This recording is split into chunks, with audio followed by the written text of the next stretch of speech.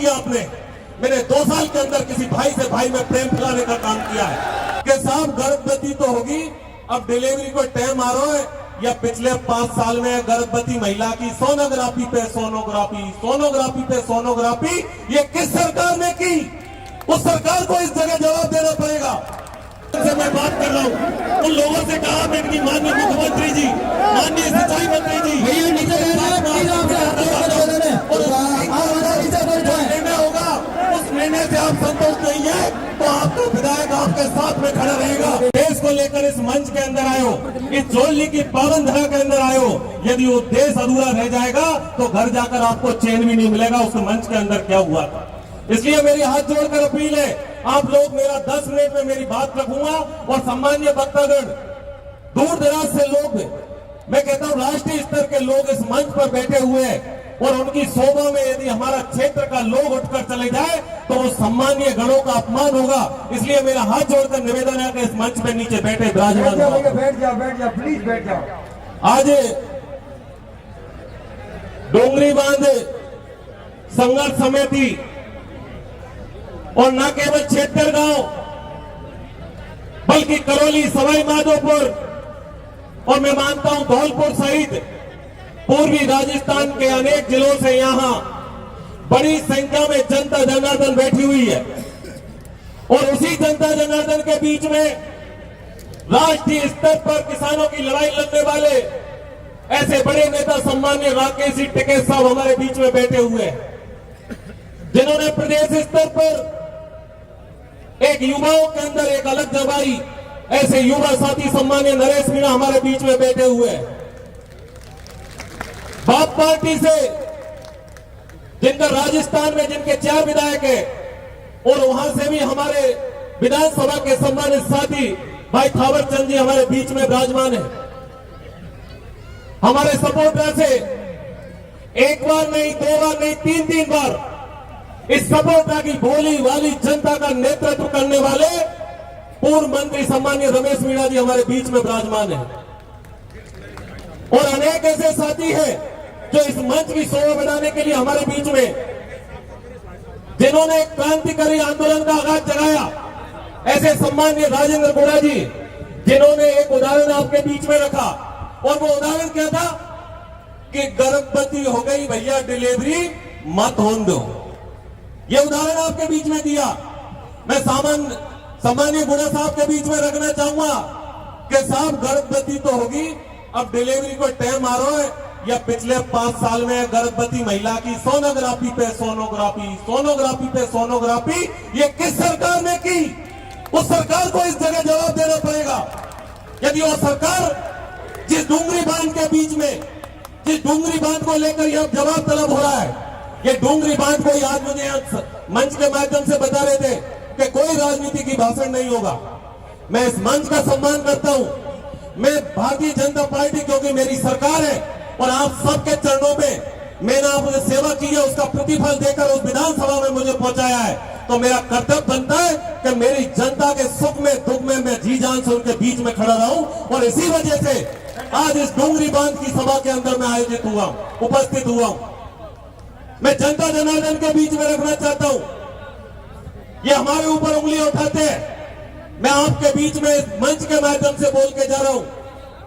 और साहब मेरा तो खानदान है जो एक बार खेदी ने पत्थर की लकीरें कोई बिदादा पर नहीं मिटे, ये खानदानी गुण है यहाँ के अंदर तो। और आज भी ये ठेके जा रहा हूं आपके मध्य में कि केवल कोरा भाषण देवा से काम नहीं चले, नहीं चले केवल कोरा भाषण देवा से। कभी कभी तो ऐसा लगता है कि ये मंच केवल जो भाषण देने वालों को ट्रेनिंग देने का काम कर रहा है।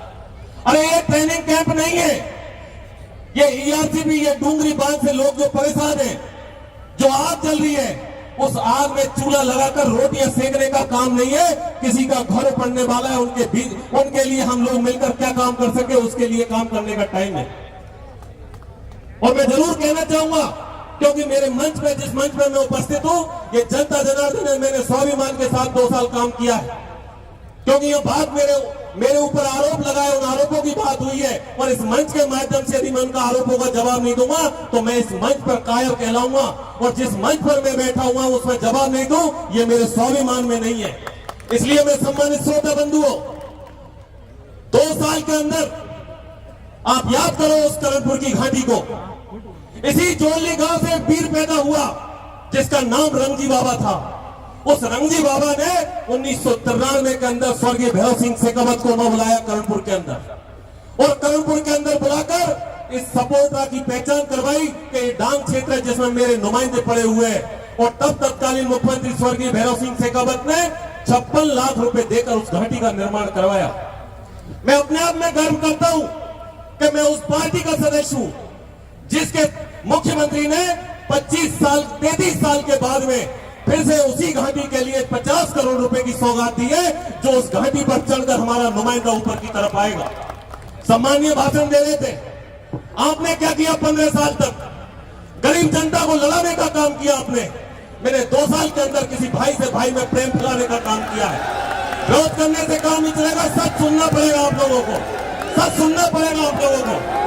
जिसके बारे में बोलते हो आप, जिसके बारे में बोल रहे हो कि डूंगरी बांध के लिए बोल रहे हो आप लोग, मैं आपको बताना चाहूंगा कि डूंगरी बांध के अंदर मेरी जो स्थिति है और मेरी जो स्थिति है, यह राजनीतिक भाषण नहीं। आप लोगों ने पहले जब आपको खड़ा होना चाहिए, जो आरोप लगा रहे हैं उनका आरोपों को जवाब किस तरह देना है, उस आरोप के लिए आपको खड़ा होना चाहिए।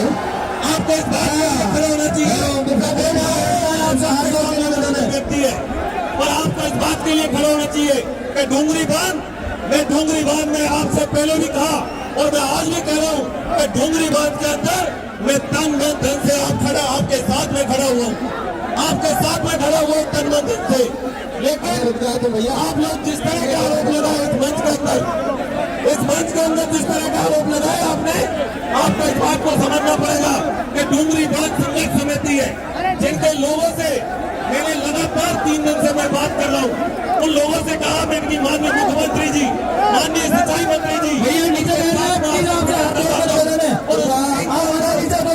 होगा उस निर्णय से आप संतुष्ट नहीं है तो आपका विधायक आपके साथ में खड़ा रहेगा, यह आपको मैंने विश्वास दिलाया था।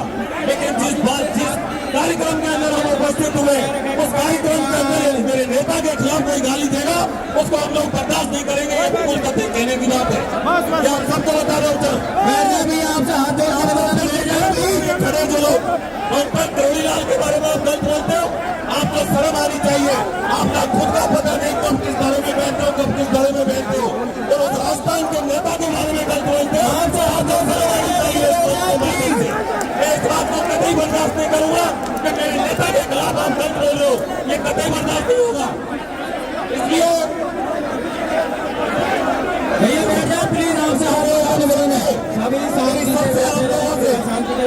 जनता जनार्दन यहाँ उपस्थित है, मैं जनता जनार्दन से निवेदन करना चाहूंगा कि आप खड़े हो जाए भैया प्लीज। आदरणीय आप, इसलिए मैं मेरी सरकार के ओर से जो आज आपके बीच में आया हूँ, उस सरकार के माध्यम से कहना चाहता हूँ कि हमारी सरकार आप सबके प्रति संवेदनशील